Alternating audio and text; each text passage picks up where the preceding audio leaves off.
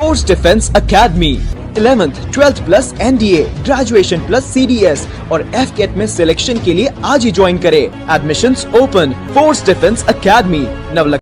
जय हिंद फ्रेंड्स। अदम्य साहस, वीरता और उच्च कोटि के रण कौशल से सजी हुई हमारी भारतीय सेना का हिस्सा बनना समस्त युवा चाहते हैं, किंतु कई बार युवाओं के मन में एक अफसोस रहता है कि मेरी उम्र निकल गई है, मैं 19.5 से ज़्यादा हो गया हूँ या फिर मैं 25 वर्ष से ज़्यादा हो गया हूँ, अब मैं NDA, CDS या फिर FCAT के माध्यम से डिफेंस फोर्सेस का हिस्सा नहीं बन सकता।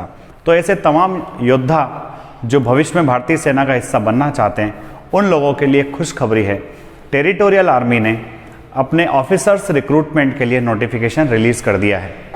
और जी हाँ, सिर्फ ये जो नोटिफिकेशन है ये उन युवाओं के लिए ही नहीं है जो कहीं ना कहीं एक अपने एम्प्लॉयमेंट का सोर्स ढूंढ रहे हैं, बल्कि ये उन लोगों के लिए भी है जो ऑलरेडी किसी ना किसी प्रोफेशन में हैं, या तो वो डॉक्टर है, इंजीनियर है, टीचर है, या फिर किसी और प्रोफेशन में है, या फिर खुद का बिजनेस रन करते हैं। ऐसे युवा भी भारतीय सेना में अफसर के रूप में अपना करियर बना सकते हैं। तो इस पूरे वीडियो में हम लोग बात करेंगे कि किस प्रकार से कौन कौन इसमें अप्लाई कर सकता है, क्या डेट्स हैं, क्या एलिजिबिलिटी है, एग्जामिनेशन कैसे होगा और सिलेक्शन का प्रोसीजर क्या रहेगा। सबसे पहले बात होती है कि कौन युवा इसमें अप्लाई कर सकते हैं।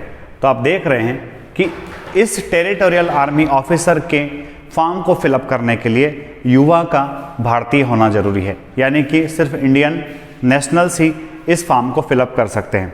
ये बात क्यों कह रहा हूँ, क्योंकि कुछ और अलग अलग वैकेंसीज के लिए नेपाल के लोगों को भी इसमें छूट दी जाती है फॉर्म फिलअप करने के लिए, पर टेरिटोरियल आर्मी के ऑफिसर्स के लिए जो एंट्री आई है ये प्योरली इंडियंस के लिए, हम भारतीयों के लिए ही है। सिर्फ हम लोग भी इसमें अप्लाई कर सकते हैं।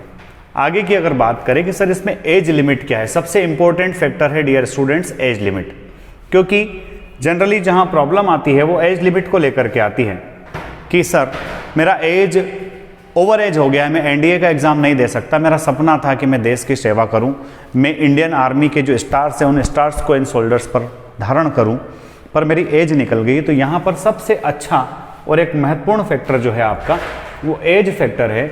आप देखेंगे कि ऐसे युवा जिनकी एज 18 वर्ष हो चुकी है और 18 वर्ष से लेके 42 वर्ष तक के युवा इस फॉर्म को फिलअप कर सकते हैं। एज का जो कैलकुलेशन होना है वो एज का कैलकुलेशन 19 अगस्त 2021 के हिसाब से होगा, यानी कि 19 अगस्त 2021 के दिन या तो आपका 18 वर्ष हो चुका है या फिर आप 42 साल के अंदर हैं। 18 और 42 का रेंज वहाँ पर होने वाला है।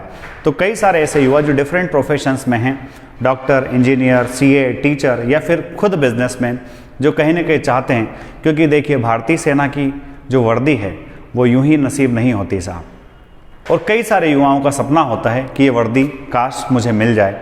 भारतीय सरकार के, हिंदुस्तान सरकार के एक वरिष्ठ मंत्री, आपने नाम सुना होगा अनुराग ठाकुर, वो भी टेरिटोरियल आर्मी का हिस्सा ही है। आगे देखते हैं कि सर इसमें एजुकेशनल क्वालिफिकेशन क्या होना चाहिए। तो एजुकेशनल क्वालिफिकेशन के लिए जो कैंडिडेट है वो ग्रेजुएट होना चाहिए, किसी भी यूनिवर्सिटी का ग्रेजुएट हो और किसी भी सब्जेक्ट में ग्रेजुएशन किया हो, चाहे आपने आर्ट्स से लेकर के BA किया हो, BCom किया हो, BSc किया हो, BTech किया हो, MBBS किया हो, या फिर और कोई डिग्री आपने ली हो, वहाँ पर किसी भी रिकॉग्नाइज्ड यूनिवर्सिटी से डिग्री आपके पास होना जरूरी है। इतनी सी इसके लिए एजुकेशनल क्वालिफिकेशन है।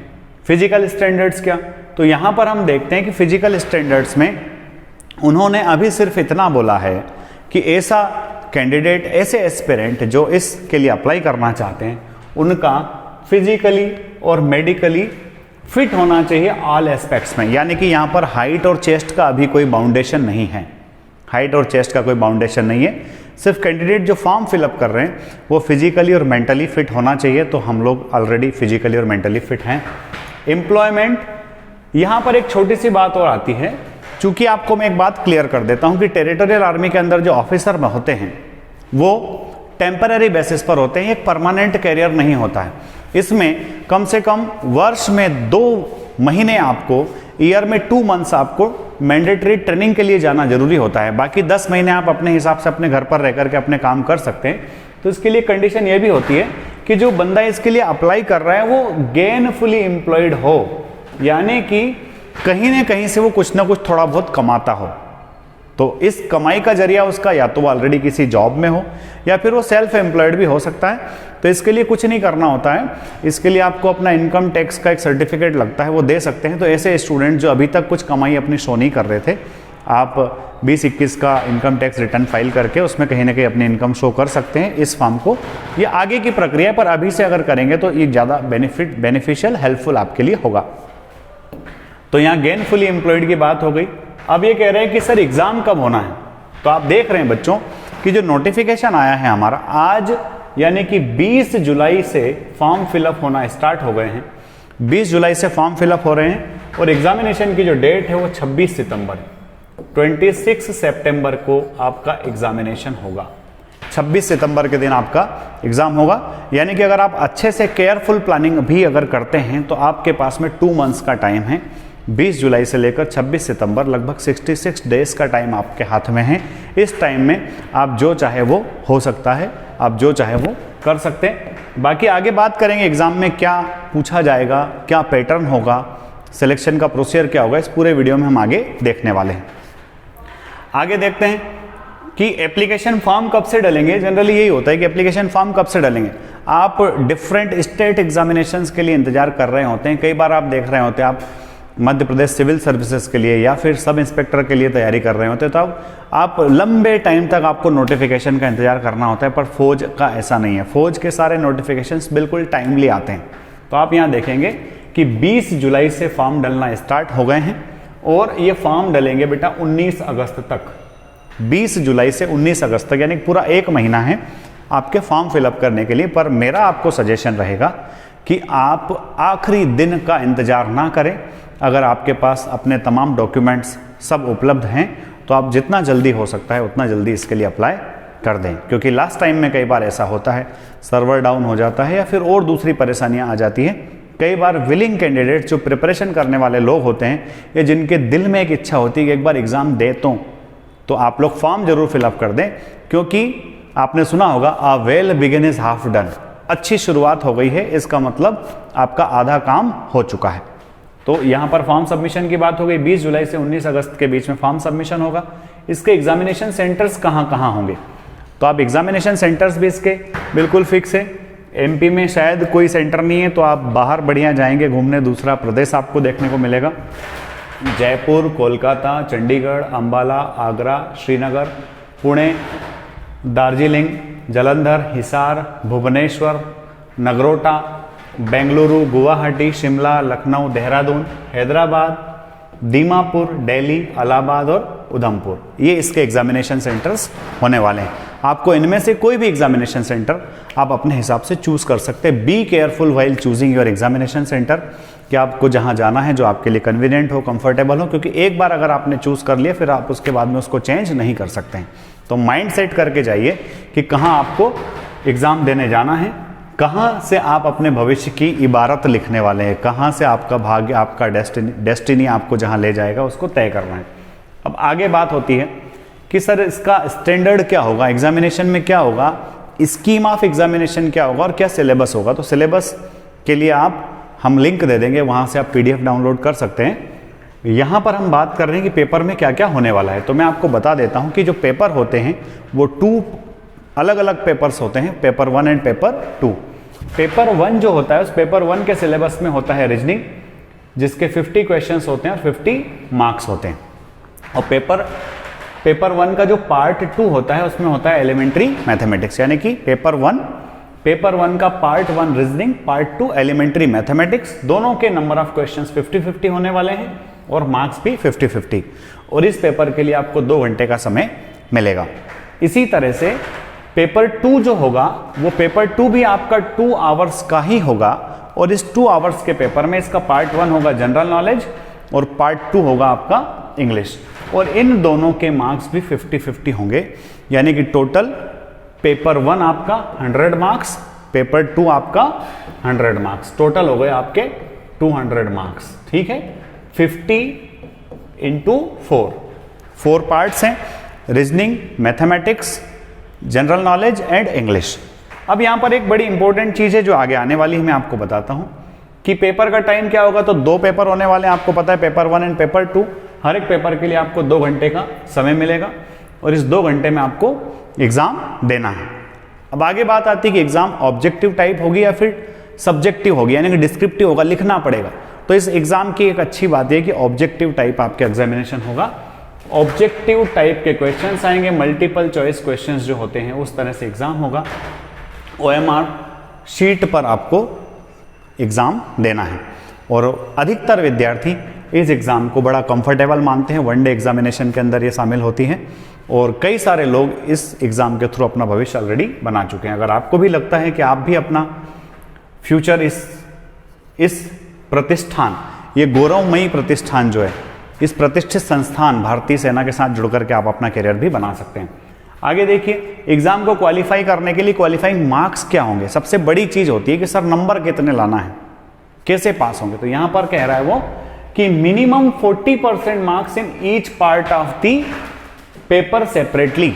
यहां पर आपको एक बात समझा देता हूं कि अगर आपको पास होना है तो रीजनिंग में भी 40 चाहिए, मैथमेटिक्स में भी 40 चाहिए, ठीक है, रीजनिंग में 40, मैथमेटिक्स में 40, किंतु दोनों का एवरेज 50 होना चाहिए, दोनों का एवरेज 50, यानी कि उस पेपर नंबर 1 में आपको कम से कम 50 नंबर आना चाहिए, ठीक है।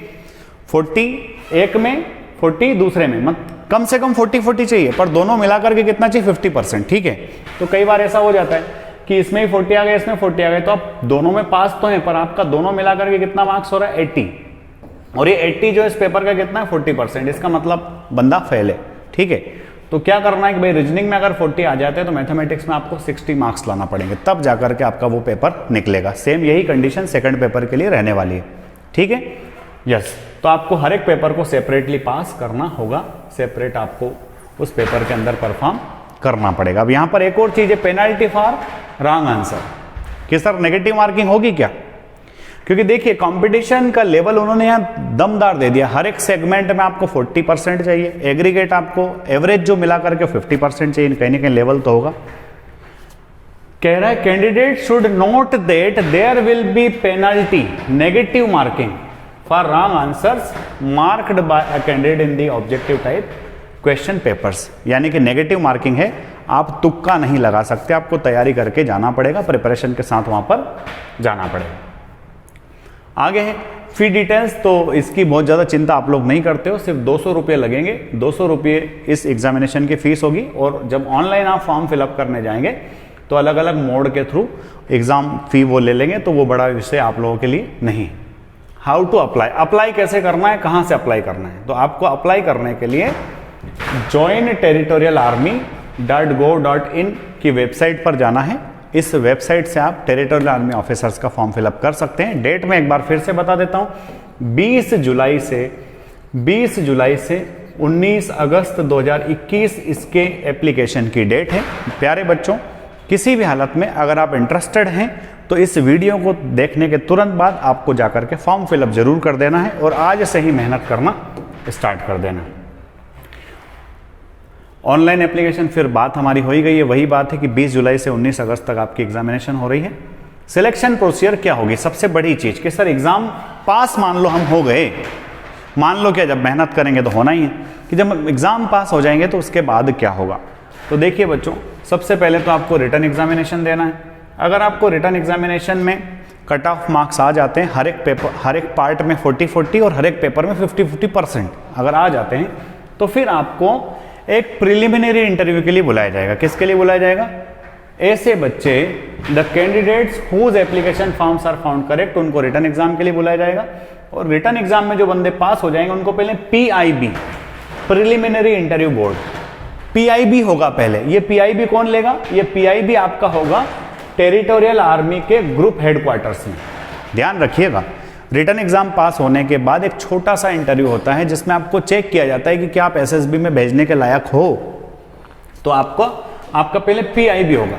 और जब आपका PIB निकल जाएगा, ये PIB प्रिलिमिनरी इंटरव्यू बोर्ड अगर आपको रिकमेंड कर देगा आगे के लिए, तो फिर आपको जो है SSB interview, service selection board के पास भेजा जाएगा, SSB इंटरव्यू के लिए भेजा जाएगा। और वो SSB इंटरव्यू के बाद में आपका फिर मेडिकल होगा और मेडिकल के बाद आपका फाइनल सिलेक्शन होगा।